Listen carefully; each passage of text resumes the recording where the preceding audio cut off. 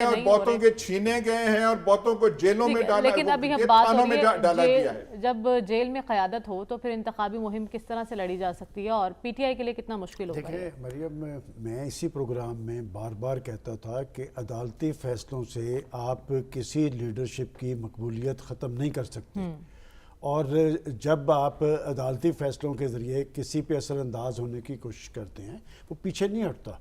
आज नवाज शरीफ साहब का बुखार चढ़ा हुआ है ना लोगों को। नवाज शरीफ साहब को तो नाअहल करार दिया गया था, बड़ा सारा जोर लगाया गया था, और मैं समझता हूँ कि बड़े खुशकिस्मत आदमी हैं कि उनके खिलाफ इस साजिश के सारे किरदार खुल के सामने आ गए, कोर्ट ने बताया। और बात है कि इस वक्त कोर्ट्स का, मैं इसलिए मुसलसल उस ज़माने में भी कहता था कि आप कोर्ट्स को टारगेट ना करें, सियासी कारकुनों को, सियासी लीडरशिप को बिल आखिर कोर्ट के ज़रिए रिलीफ मिलता है। और ये बात जो कुछ सामने हो रही है, कागजात दाखिल नहीं करवाने दिए जा रहे, ये चीज़ें सामने आ रही हैं ना, चीज़ें सामने रिपोर्ट हो रही हैं, तो ये अब 2 रोज़ और बढ़ गए हैं, तो ये चीज़ें क्लियर होंगी, इलेक्शन फेयर होगा, अदारों की अपनी साख होती है। और अगर एक लीडरशिप जेल के अंदर मौजूद है, मैं समझता हूँ पाकिस्तान की सियासी क़यादत को तारीख से सबक हासिल करना चाहिए। कौन सी ऐसी चीज़ है जो आज तहरीक इंसाफ की लीडरशिप के साथ नहीं हो रही, जो इन्होंने उनके साथ नहीं की? तो बात है कि ये कोई तारीख से सबक हासिल नहीं करता। और पिछले 2 हफ्ते से हमारे यहाँ पर एक नया रुझान आया है कि जी आगे की तरफ देखना चाहिए। और जनाब, हम तो बड़ी देर से कहते थे आगे की तरफ देखना चाहिए।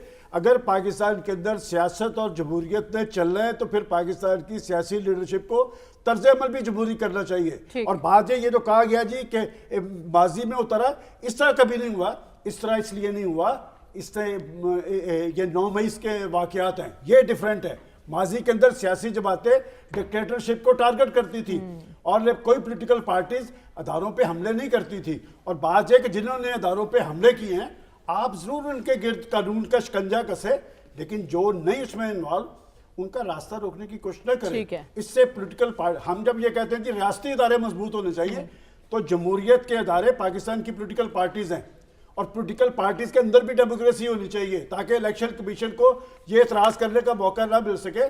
बात यह कि पाकिस्तान के अंदर पाकिस्तान जमहूरी स्ट्रगल के नतीजे में बना था। यहाँ पर अगर पॉलिटिकल पार्टीज मजबूत नहीं बनी तो इसकी जिम्मेदार पाकिस्तान की इस्टेब्लिशमेंट नहीं है, इसकी जिम्मेदार पाकिस्तान की सियासी लीडरशिप है। वो अपनी जमातों को मजबूत नहीं होने देना चाहते। और फिर मैं ये बात कहता हूँ कि आपने 20-22 साल स्ट्रगल की, जिनके खिलाफ आपने स्ट्रगल की, वो आपको मुश्किल वक्त पे छोड़ के चले गए। आप सियासी कारकुनों को तरजीह दें, सियासी कारकुन जेलों में बैठे हैं, साबित कदमी से बैठे हैं, आप उन्हें तरजीह दें।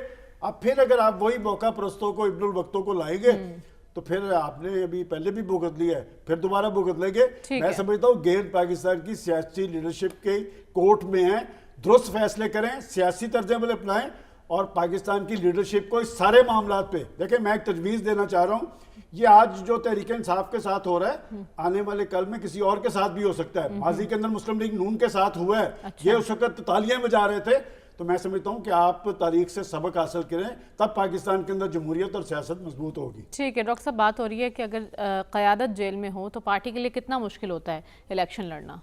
देखिए, पार्टी को नुकसान तो होता है क़यादत के जेल में होने का, लेकिन 2018 और 2023 को आप कंपेयर नहीं कर सकते। 2018 में कितनी गिरफ्तारियाँ थी, रिकॉर्ड उठा के देखें ना। नवाज शरीफ साहब गिरफ्तार थे, जब 13 जुलाई को आए थे वो गिरफ्तार हुए, उनकी बेटी, हाँ सुनिए ना, बेटी उनकी गिरफ्तार थी। अच्छा, उसके अलावा PMLN के कितने लीडर जेल में थे इलेक्शन के वक्त जब नॉमिनेशन पेपर फाइल हुए? ज़रा रिकॉर्ड देखिए ना, कोई भी नहीं था। हो सकता है कुछ 2-4 नैब के पास हो, लेकिन गिरफ्तारी को और कोई नहीं थी PMLN की। आज जो गिरफ्तारी है सिर्फ लीडर जेल में नहीं है, बड़ी टीम जेल में। और फिर जो अफसोस की बात है वो ये है कि लोग जेल में हैं, अभी तक मुकदमे नहीं अदालतों में आए, वो उनकी जुडिशल रिमांड एक्सटेंड हुए चले जा रहे हैं। यानी आप अंदाज़ा करें, आपको अगर वाकई उन्होंने जुर्म किया है तो आप चार्जशीट करके कोर्ट में केस ले जाइए। ठीक है, ये आप क्या करते हैं? अच्छा, दूसरा, पाकिस्तान की तारीख हमें ये बताती है कि सियासतदानों के खिलाफ जो इकदाम होते हैं वो सियासी बुनियादों पे होते हैं। 2017 में जो कुछ हुआ वो भी सियासी बुनियादों पे था, बदल गया। जिन्होंने मुकदमे उस वक्त किए थे वो ही अपना स्टैंड लेने से पीछे भाग गए।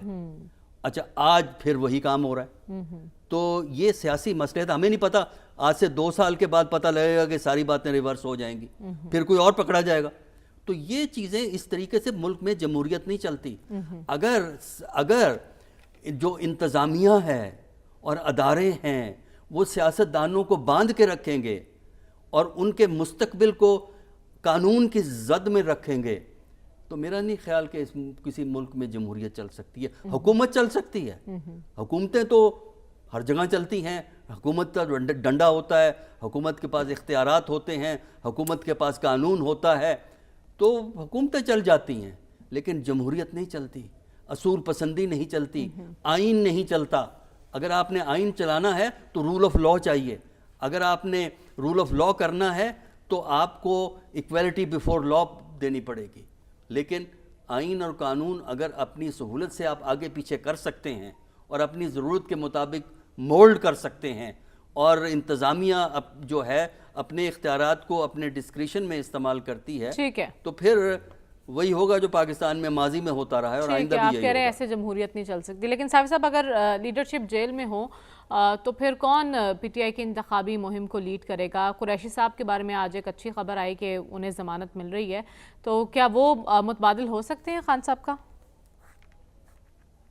नहीं, खान साहब को कोई मुतबादिल नहीं है इस वक्त कौमी लीडरशिप में। जो उनकी जमात है या जो उनके जो फॉलोअर्स है या जो उनके चाहने वाले हैं, उनके लिए शाह महमूद कुरैशी साहब भी मुतबादिल नहीं है। हामिद ख़ान एडवोकेट साहब वो मुतबादिल नहीं हो सकते, गौहर ख़ान साहब मुतबादिल नहीं हो सकते, कोई भी उनका मुतबादिल नहीं है।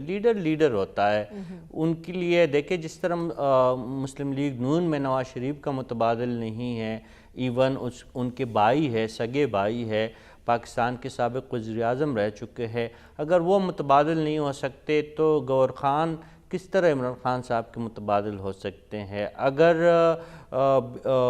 पीपल्स पार्टी में देखिए भुट्टो ख़ानदान के बाहर आसिफ अली ज़रदारी साहब मुतबादिल नहीं हो सकते, तो किस तरह दूसरी जमात के बारे में हम ये कह सकते हैं? हमारी साइकी जो है, मैंने पहले भी आपके सामने ये अर्ज़ किया था कि हम शाहपरस्त हैं।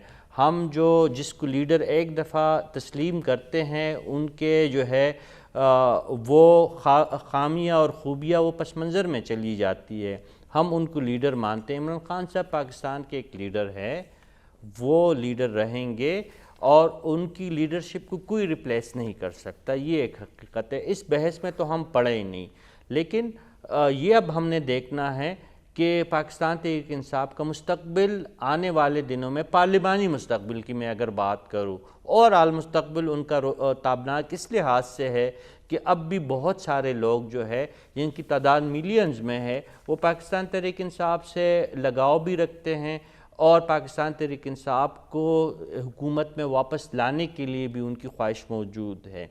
वो कोई भी उनका ये स्टेटस, ये दो चीज़ें उनसे नहीं छीन सकता है। एक, इमरान खान साहब को जब तक को अल्लाह उनको लंबी ज़िंदगी दिए, जब तक वो हयात है तो वही पाकिस्तान तहरीक इंसाफ के लीडर रहेंगे, चाहे वो जेल में हो चाहे वो जेल से बाहर हो। और इसी तरह पाकिस्तान तहरीक इंसाफ जो है, उनका वोट बैंक भी आप आर्टिफिशियल तरीक़ों से नहीं हटा सकते। अगर आप बल्ले का निशान उनको नहीं देते तो तब भी अयाज अमीर साहब जैसे जो मुतहर्रिक उनके जो साथी है, वो बग़ैर बल्ले की भी मार के सर कर सकते हैं। मैं तो इसलिए कह रहा हूँ कि पाकिस्तान जो अयाज साहब जो है, उनको चकवाल में कोई इतनी ज़्यादा क़यादत की खला नहीं है। खला अगर मौजूद है तो वो वज़ीरिस्तान में है, क्योंकि आज भी 5 मज़दूरों को इस बिना पे मारा गया कि वो एक पुलिस स्टेशन को तामीर कर रहे थे। ठीक है, बाजोड़ में है, बुनेर में है। अयाज साहब जैसे लोगों की ज़रूरत जो है वो बलूचिस्तान में है। मैं सिर्फ हमें प्रोग्राम में नहीं है, आपकी बातों में नहीं आएंगे। हमें प्रोग्राम में आगे बढ़ना और बात करनी। इंतखाबी अमल में रुकावटों की शिकायत पर इलेक्शन कमीशन ने नोटिस लिया है और सूबाई हुकाम को मुरासले जारी किए हैं। ये सब कुछ हुआ सुप्रीम कोर्ट के हुक्म के बाद। तो आज़ादाना इंतखाबात में इलेक्शन कमीशन के किरदार पर बात होगी इस ब्रेक के बाद। Stay with us.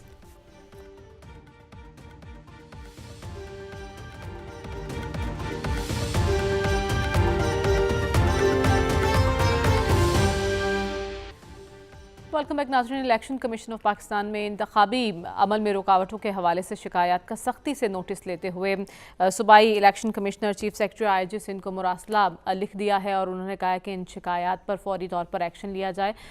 Election commission का किरदार आज़ादाना इंतखाबात में किस तरह से हम देख रहे हैं, इसी पर हम बात करेंगे।